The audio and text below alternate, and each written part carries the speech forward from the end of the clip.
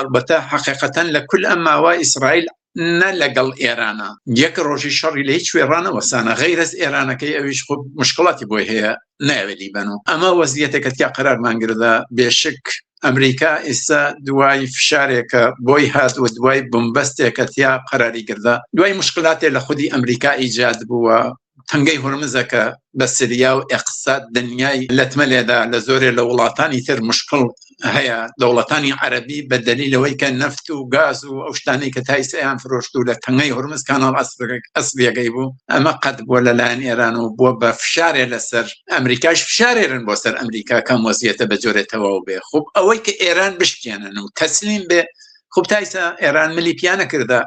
لخوي دفاعك وشري آخر خوياك چون اگرش بشكيتو تسليم به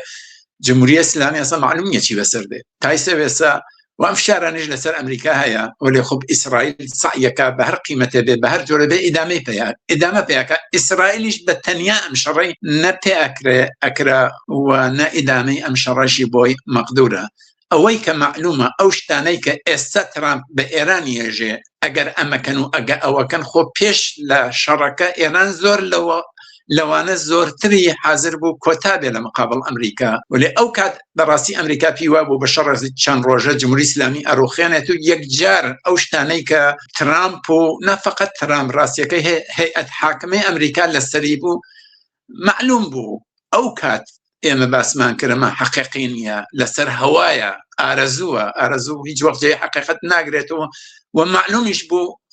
خب اما براورده غلط بو او شرعي كيست يا جيريان كرنا نتيجه براورد غلط خويا